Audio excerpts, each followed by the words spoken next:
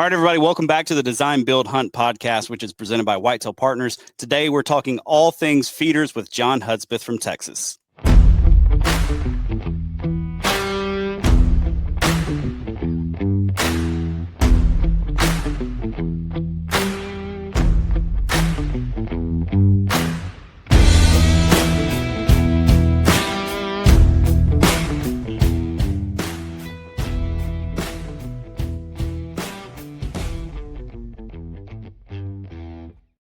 All right, John, long time no talk, man. It's good to catch up with you. My knowing you goes back further than our time together here as part of the Whitetail Partners Network. So excited to introduce you today as a consultant. Why don't you tell me just real quick what brought you to the team, and what areas are you going to be servicing? Yeah, John Hudspeth here, and honestly, you brought me to the team. You had a very crucial role in that. Talked to Sam for a little bit, went back and forth, and just decided it'd be a great fit. Super excited. Honestly, kind of a dream come true for me. Something that I have been passionate about and dreamed about doing for quite some time, and now we're kind of making it a reality. So very excited for that. I will be servicing Texas and Oklahoma. So I live right on the border. I grew up in Texas and then moved to Oklahoma for quite a while. Recently moved back to Texas. And basically my whole life, I've lived within about 30 minutes of, the border of Texas and Oklahoma. So it works out really well. I'm experienced with both. I've hunted both sides of the Red River. And yeah, just super excited for the opportunity. Also a licensed real estate agent in both states. So that works out really well for just this. And like I said, kind of where I live. So yeah, just absolutely excited about it and ready to put just what I have learned over the years to use for others. Yeah, man, that's exciting. I'm glad to see you here. We met back on the podcasting circuit, if you want to call it that. Back in the day, I was hosting the Wisconsin Sportsman podcast and a couple of others for the Sportsman's Empire. You were hosting the Oklahoma Outdoors podcast, I think was the name of it, right? It was. And man, I apologize if I'm a little rusty. I quite literally had to dig this microphone out of the attic today to record this. So if I'm a little rusty, forgive me. Yeah, no, you look like a pro, man. You got the boom mic going, you got the headphones going. I mean, folks are going to look at this and say, "Hey, yeah, this guy's a podcasting pro. Oh, Like, yeah. he knows what he's doing." Yeah, well, if they only knew that this microphone was attached to my little girl's changing table, and that's the reason the boom is in the shot here, because I don't have my old setup, quite as dialed as I used to. So I apologize if, this is actually the corner of a baby crib right here. So, There you go. The office has been transformed a little bit. Yeah, man, it was funny. I did a podcast with Sam a couple of weeks ago, and we talked about the first time he and I ever recorded together was actually for the Wisconsin Sportsman podcast when I lived up in Wisconsin. And he was the first guest that ever came over to my house to record. Okay. And we recorded in what was my podcast studio at the time, which just so happened to also be the kids' playroom. And so, we're sitting there talking deer with toys all around us and a play kitchen set over in the corner. And it's like, okay, it's not quite the professional podcast studio that we might like to think that it is, but there's still a few remnants from the old days up there. So my daughter will be sleeping well and dreaming of deer. So that's right. Well, look, man, we were on a team call, and we have been servicing clients in Texas and Oklahoma and out that way for quite some time, right? But that has always required a lot of travel for a lot of us, either a plane ride out or, finding one of our guys who was somewhat close to make the drive down. But we realized we wanted to be able to be more effective in that region. And Sam kind of brought it up, and I was like, I've got the guy you need to talk to. You need to talk to John. So that's why I made that connection there. You've got a long history of killing a lot of big deer, man. If there was one guy that I know that I would say, hey, late season, this guy's going to kill a big buck, it would be you. And, it would probably be a nice 150-ish 10 point, because that is what you are known for, or at least is what your ranch is known for, right? It is. Yes. That seems to be, I don't know. That seems to be what happens. So, this year I was actually after a slightly larger, but I bought my own property this year and was after a slightly larger one. and I ended up killing him the very last day of the season, January 15th, last evening. And he would have been about 160-ish, but about, I don't know, 2 weeks before I killed him, he broke off one of his G2s and wound up scoring 151. And I was like, I can't get away from this 150 number. So Well, look, one of these days. man, you know what? Hurt my feelings with a 150 all day. Like I'm not, that's not something I'm ever going to complain about. I tell people that all the time. If I can hunt a 150 every year, I am completely happy. That's right. The day that gets old, I should probably go do something different, Amen. Amen. So, man, I wanted to have you on not only to introduce you as a new consultant here as part of our network, but also to talk about a big topic in the outdoor space, one that's different for me and you. As I'm going to call us the Southern guys. Do you count yourself as Southern over there in Texas? Do y'all count? Are y'all part of it? We do. I mean, I think a lot of Texans try to like make themselves, their own thing. But like I said, I've lived in Oklahoma as well, and Oklahoma and Texas are extremely similar. But yeah, I would say part of the South. Maybe not the deep South. Like we don't consider ourselves deep South, but we are part of the South. Okay, I'm just never sure whether to include you guys or whether it stops at Louisiana. You know what I mean? I don't know if I should keep going further west, but well, man, that's all. So the topic I want to hit on today is feeder use.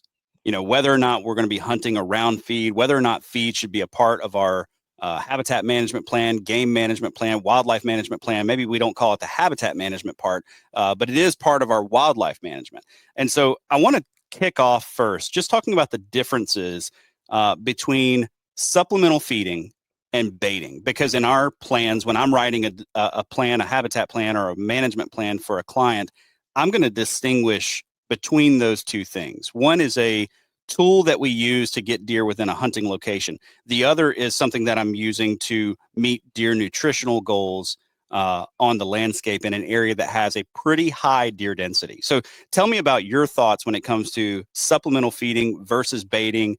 And do you use both, some blend of the two? What does that look like? I think the best example I can give for this, this last weekend, this last Saturday was the Texas archery opener. And I was fortunate enough to go out and hunt with my buddies in far west Texas.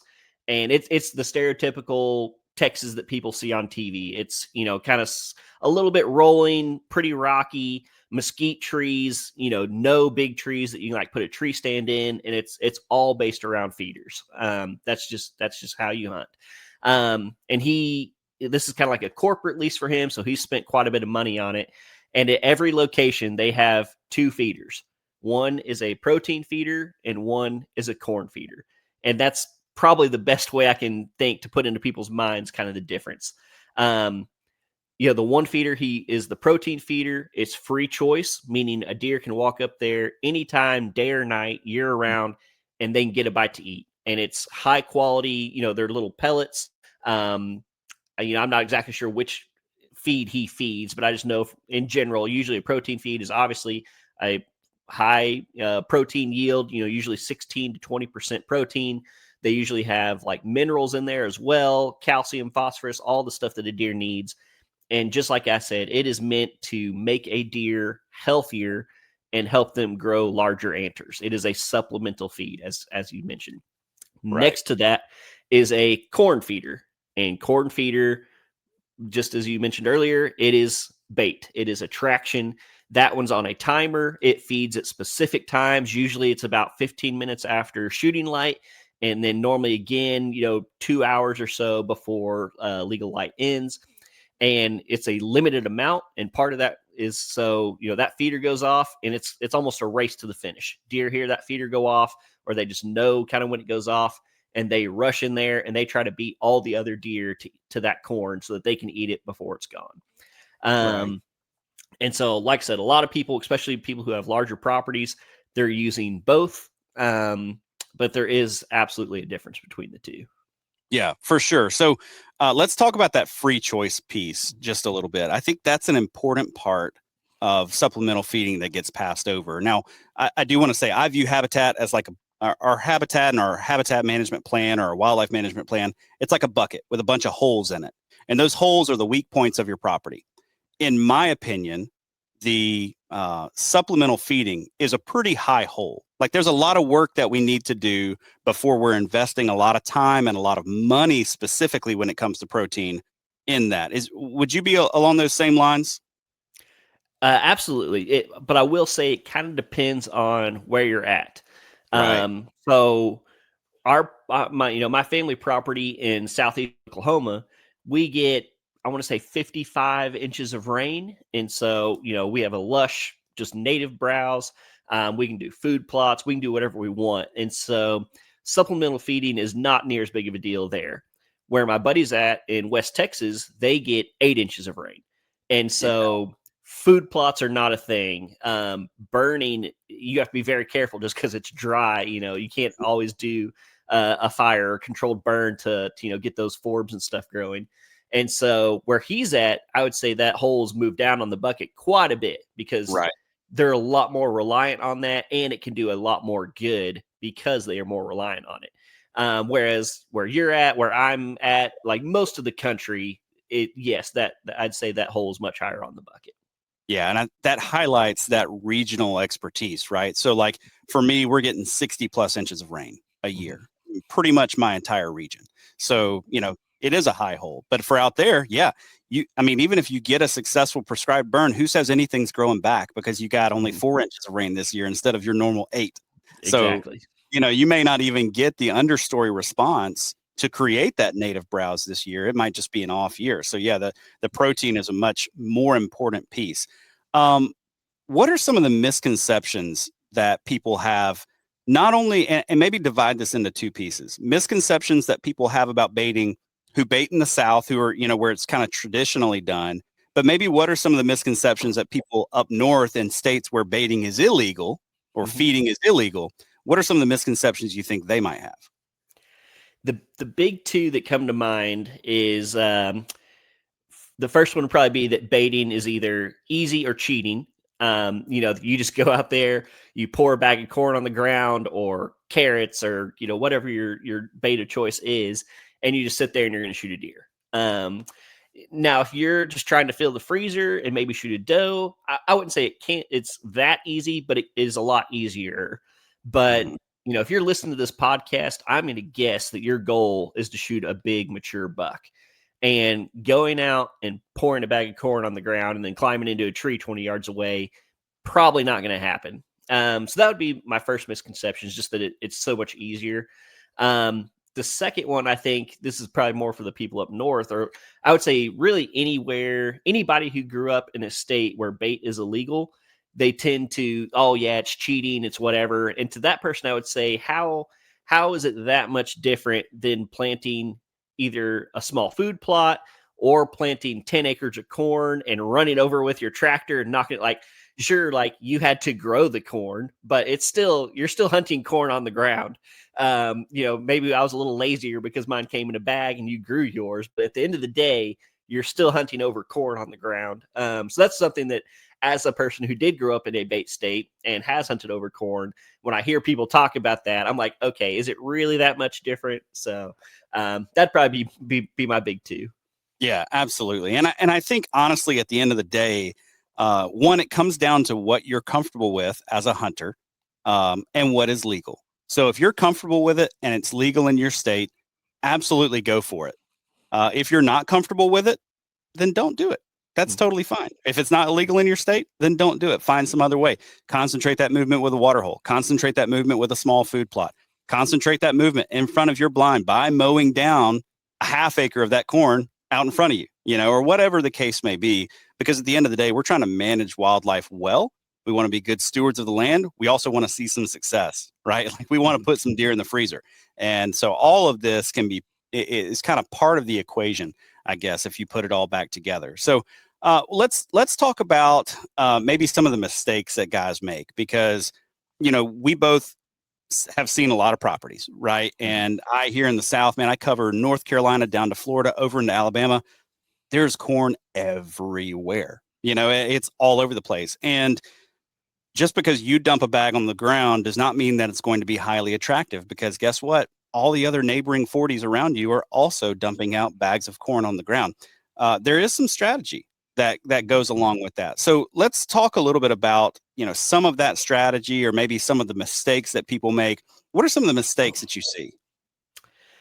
Oh man, I could go for an hour on this alone, but definitely the biggest mistake, and I know this from firsthand experience because I fell victim to this growing up, is using corn as a crutch. Like I said, growing up in Texas, I didn't grow up in a hunting family, and so a lot. And this is before podcast and I mean, the internet was around, but not near like it was today. I'm not that old. I'm 36, but a lot of how I quote unquote learned to hunt was just watching television, watching the old hunting shows. And when they came to Texas, what would they do? They'd sit up in some opening, they'd have a feeder out there, and they'd kill a big deer. And people that I knew, they had these big leases that they paid a bunch of money for, and that's what they did. They had their blind, they had their feeder, they went and they killed a deer. And so I spent a lot of years. One advantage I did have growing up was I grew up in an ag family, so I had places to go. I just didn't have anybody to teach me how to actually hunt. And so, my grandpa had a big farm growing up, and I would go out there and I would, save up all summer. I had a crappy homemade feeder that only worked about a quarter of the time, and I could only afford to put about 2 or 3 bags of corn in it at a time. And that's where I hunted, even though I literally had thousands of acres to go hunt. Every time I hunted, 2 or 3 days in a row, morning and evening, I would sit on that feeder because that's what I thought you did. That's what all these people on TV did. That's what my buddies did. And I like, knowing what I know now, I would have had a much better shot to just walking randomly into the woods and sitting up against a tree. Like, I would have had a much better shot at killing a deer that way than sitting over that feeder every single time, not paying attention to the wind, not paying attention to where the deer were coming from, walking in and out the exact same way. So that's the biggest thing that I see in a lot of people is this: they have their feeder, they have their blind, that's where they hunt, no matter what. And when I really started having success killing mature bucks using feeders, it was when I started using them more as a tool than a crutch. I had multiple spots, multiple feeders. I had stands that were leading to and from the feeders, not just over the feeder. But to kill a mature buck over bait, feeder, whatever you want to say, you have to be smart about it, just like you would if you were hunting a scrape or a rub or a small food plot, whatever. You have to think of them as the same. Yes, they're probably more attractive, but that just means you have to be that much smarter because your odds of seeing a deer at that spot are exponentially higher because they're trained or they want to be there, whereas they might just be wandering by one of those other things I just mentioned. And so being smart about it, your entry and exit is huge. And using the feeder, that's one thing that you can really help yourself with. If I had a dream scenario, if I had a blank canvas and I was going to use a feeder, I would put it, if I could, probably on the edge of a field, but I would make it to where my entry and exit was through the, down here we have cattle pastures. I'm in cattle country. I'm not in ag land.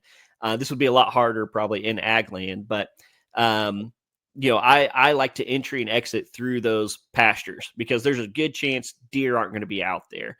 And so my dream setup, I enter through a cattle pasture where I know deer aren't going to be. I have my feeder there. That feeder is up against some deer bedding, a canyon, some thick brush, draw, whatever it might be. And my wind is blowing from that draw to the feeder and then to my stand in a perfectly straight line. So I'm entering and exiting downwind of that setup. The deer are coming from upwind and they never cross my path. They come out of that brush stuff. They eat, they go back into the brush. I come from the pasture on the opposite side, watch the deer, and I leave the opposite side. And our paths never cross. And you can't overhunt them. That's the biggest thing, like I kind of started with. You can't overhunt these locations. Like I said, I had one feeder, and that's where I hunted morning, evening, noon, and night, whatever. And I was just hunting it over and over again. And watch, if you have a bait site, just watch your camera. I assume you have a camera on it, whether it's cell, regular camera, doesn't matter. I guarantee you, the more you hunt that spot, either the less deer you'll have on that camera, or the closer to 1 a.m. they start coming out to that spot because they know. And even if the buck you're after isn't the one coming out, you're still leaving that scent and everything. And just because you get that, or just because you don't get that buck on your camera, doesn't mean that he wasn't there. I've learned that as well. Yeah. And so yeah, you really don't know how negatively affecting that spot until you really zoom out and look at the broader picture. Sorry, I'm very long-winded, and that was a very No, long answer. and that's perfect. It tees me up for like 3 more questions. So that's perfect. So when I'm thinking about these feeders, number one, we don't want to be walking past the feeder to get Right. stand. That's a big one that I see guys walk, 10 yards from their feeder past it, then climb up in a stand. Number two, I think people underestimate just how close deer will bed to some of these foods. Like when you put a feeder out, you've got does bedding 20 yards from that feeder. Just this Saturday, like I said, I was out at my buddy's place in West Texas, walking up, and they don't have trees. I was in like a little ground blind, and as I'm about to open the door, I look over, and this doe and fawn stand up. I kid you not, maybe 10 feet outside of the little feeder pen. Maybe 20 yards from the feeder. And of course, they blew and ran off, and it was not pretty. But I don't know what you do about that. The does and stuff, they want to be close. It's a challenge. Yeah, I like to try to get mine where, and again, I am in timber country, right? So we can do a lot with screening. We can do a lot with, keeping that feeder to where I can't see it really until I'm either in the stand or in the blind. I've got it tucked, I'm using topography. I'm coming up the backside of the tree. I don't see it until I'm up there already. And so, for me, that's a big one. The overpressuring piece, I think, is one that maybe doesn't get paid attention to enough when it comes to hunting these feeders. We're creating a highly attractive location, so anything you mess up around there is going to be magnified, because it's not, it's one thing to bump 2 deer on a trail as they transition through an area. It's another thing to bump 30 of them that are visiting that feeder in a 24-hour period after you just messed it up. You know what I mean? So let's talk about filling those feeders up. So one of the things that I try to recommend to guys, because of that pressure piece, right? We want to stay out of there. High capacity feeders with dropping just enough to create a consistent food source. I don't want to be dumping 20 pounds a day out on the ground and then have to fill this feeder up every 10 days. You know what I mean? How are you running yours? How do you approach that? Yeah, same thing. So I try to run at least a 600-pound feeder, so it'll hold 12 bags of corn. And I like to kind of vary mine by the time of year. So I like to get mine running about a month before the season opens. So for us, we have actually today, October 1st. That's why I'm wearing my camo shirt to celebrate. And so I normally try to get mine running around the first weekend of September. And when I get that thing running, I only have it going off in the afternoon. I don't put a morning feeding on there. And a lot of that's just to save money, if I'm being completely honest. But in those hot summer months, a lot of your deer activity is going to come in the evening and not so much in the morning. So I like to run mine in the morning.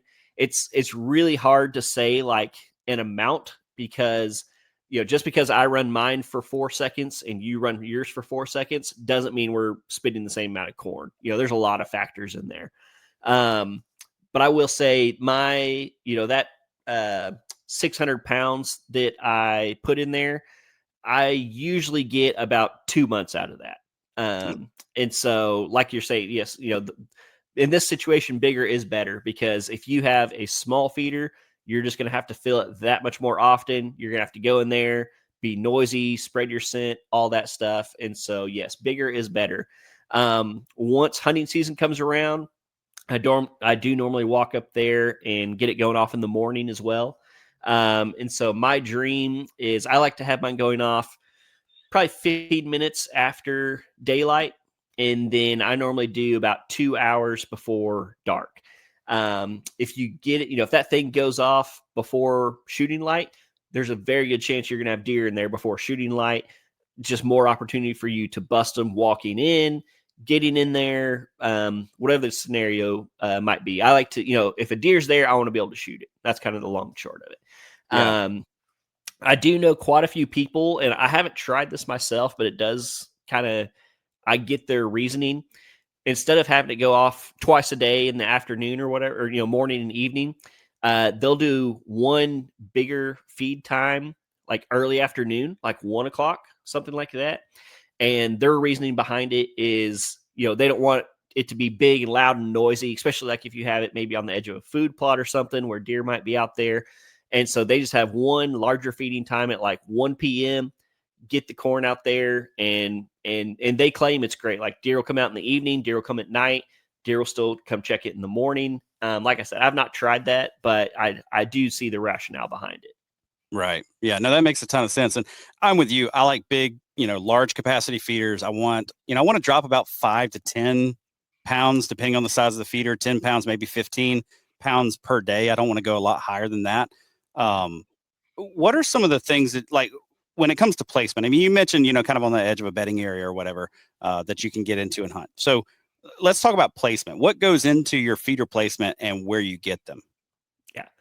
I want it to be as close to the deer bedding as it can be while still being advantageous for me. Because again, when I was younger, I would go in, I'd find beds or a ton of sign or whatever. I'd be way, down in the deep, dark timber. And I'd be like, well, this is where the deer want to be. So this is where I want to hunt. And I'd put a feeder right there in the middle of it.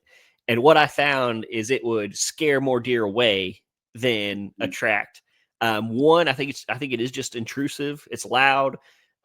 You're going in there all the time to feed it, to hunt it, whatever. And so you can go too deep. You can like put it in quote unquote too good of a spot. And I really learned this with my family properties now that I think we bought it in 2017. In the back of it, it has a big deep canyon. And you walk back there and you see rubs and beds, and there's a little creek in there. It's cool, in the summertime, and you just see a lot of deer sign. And so the first year we had that property, there was like a road that kind of went down into the bottom. And I went about halfway down, found a level spot, and I put my feeder there. And I had zero success hunting that feeder. And so the next year I was like, well, maybe I went in a little too far. And so the next year I moved it up to like the very tippy top. I was like, okay, now I'm not in the canyon, in the draw, but I'm on top, it'll be fine. And I started getting a lot more deer pictures there, got some pictures of really good bucks, but then I'd go in there and hunt and I wouldn't see anything. And what I found is I was still too close. And whether it was thermals, wind, whatever, my scent was getting down in there and it just wasn't working out. Like I said, I'd get pictures of this buck, in daylight, 2 days in a row, I'd go hunt it, nothing. And so then I just kept going. I backed it up even farther. And right now, I'd say this feeder's probably 200 yards or so from the edge of that canyon. And I don't know, I've killed at least 3 mature bucks on that feeder now. And so that was my sweet spot. Like it's close enough. They know where it's at. They can still get to it in daylight hours, but it's far enough to where I'm not intruding on them. I'm not pushing them. They're not getting my scent. It's that dream scenario like I talked about a little bit. I come in from the east through a cattle pasture. They come out of that draw canyon from the west, and I just meet them right there in the middle. Our paths never cross. And like I said, I've now taken multiple mature bucks off of that feeder. Yeah. And I think one of my big takeaways from what you just talked about is just because you put a feeder up doesn't mean that that's the right place to hunt, right? I mean, oh yeah, amen. There is some dialing in that you might have to do. Am I getting only nighttime photos? Am I getting no photos at all? Am I getting, some daytime activity? Does it set up well for me to get in and out without impacting the deer, without spooking them? So there's a lot that actually goes into that placement. One of my things that I like to do, because we can, I'm in an area where we can do some food plots, but we don't have large food plots, right? We typically have maybe up to an acre, a lot of guys have a half acre, quarter to half acre food plot. Some places we've got an acre of a clearing in the timber. And I want to a lot of times address, hey, we're not seeing a ton of deer in our food plot. Well, first of all, let's dial in a few other things to where maybe we do have a little bit better activity in those food plots. There's a lot we can do there. But number 2, we can use feeders strategically to create that line of movement and hunt that buck 200 yards back off the food plot before he ever gets there. Now we're in his daylight territory. We're not all the way back in the bedding, right? We're not all the way out in the food plot, but we've consolidated the travel between the two, between his bed and between where he's going to end up at 7:30 at night. We've now consolidated that travel at a point between them where now I can get in there and take advantage of that. Now, a lot of times we accomplish that through, hey, there's some oak trees in between, right? Setting up on the white oaks in the middle. That's a very consistent strategy until the white oaks aren't dropping this year. So what do I do? Well, I like to take those areas. Maybe I've done some forest stand improvement. Maybe I've released my white oaks in this area, but it's not a good dropping year. Well, I'll have my feeder in there either way, right? Mm-hmm. So whether there's acorns on the ground or whether there's yellow acorns is what they call them down here, where there's corn on the ground right there. There's consistent movement through this area that sets up really well for me to get in there and make a play at it. So, John, if you could give folks one, I guess, golden rule for hunting with the use of a feeder. Maybe folks are just like, look, I've tried the feeder thing. It's not working for me. I don't get any mature bucks on it. If you could give guys one golden rule for using a feeder as a successful part of their hunting strategy, what would it be? You have to wait till the time is right. Absolutely. So, today's the deer opener. I'm a real estate agent. I'm an independent contractor. I can technically work, hunt, whatever, whenever I want to. Last night I got a picture at one of my feeders of, I'm going to guess a 150-ish, as I've been saying, a 150-ish. I think he's a 13 point. He has a split G2 on one side, double kickers. He was at my feeder all last night. I'm not going to go hunt him this evening because he was there for 30 minutes from about 1 a.m. to 1:30. A lot of people, including myself, 10 years ago, I would have been at that feeder this afternoon. He's there. There's a chance. But guess what? It's 92 degrees today. He was there, like I said, at 1 a.m. There's no point in me of going and sitting over that feeder and spreading my scent and screwing that buck up because I'm only going to be doing harm. I'm going to wait until he either comes in daylight, comes close to daylight, there's a front, the wind is perfect. I'm going to wait until I think I legitimately have a chance of killing that buck. I'm not hoping and praying. I want to know that there's a legitimate shot that I kill that buck. And it took me a long time to learn that lesson. At our family place, I'm fortunate. It's, a large property. We have five feeders. I have multiple stands. I have, blinds and stands that aren't on the feeder. They're in travel routes and everything like that. And so I'm fortunate to where I can be patient. I can, hunt this spot in the morning, hunt this spot in the evening, spread that out. At the place that I just bought, it's 60 acres, much smaller. And I believe my strategy, this will be my first full fall. I closed on it last December, got to hunt it a little bit. But I'm going to do one feeder. I'm going to do one feeder in the very center of that property. And I have 5 stands that I'm technically hunting that feeder, even though some of the stands I can't even see the feeder. But I don't want to overpressure that because I have one feeder. It's a small property. If I bust a buck, it could literally, ruin the buck for that season. And so even though I have one feeder, I'm going to spread out. I'm going to enter from different ways. I'm going to be able to hunt different winds, even though technically I'm hunting one feeder, I'm going to hunt it in different ways so that I don't overpressure it. So yeah, my one thing, again, I'm long-winded, is don't overpressure it. Yeah, man, that's huge. And I think, like you just said there, you're using it as a tool, right? It's in the middle of the property and you're treating it like a food plot. You're hunting movement to and from. It Exactly. It becomes a food source on the landscape. And we hunt that pretty similar to how we do other food sources on the landscape. Last question, then I'm gonna let you go. How many feeders do I need for my property? I've got 45 acres out back. How many feeders do I need to have? 45 acres, I'd probably have one. Like I just said, I have one on my 60. I could maybe have 2 if I really wanted to spread them out. You can have those together. And I've made that mistake as well. If you have 2 feeders that are, say, 300 yards apart, they're going to be competing. You're going to be feeding the same deer. You're giving that deer a choice. Hey, do I want to go to this one today or do I want to go to this one today? If you have those feeders spread out, I try to keep them at least 500 yards. That's probably still a little bit close. But if you have a deer or a feeder, let's say you have 160 acres and you have 2 feeders, realistically, I think in that situation, you can be like, all right, this buck is probably going to go to that feeder. This buck's probably going to go to that feeder. You're going to have some overlap, just depending on weather conditions, rut, whatever.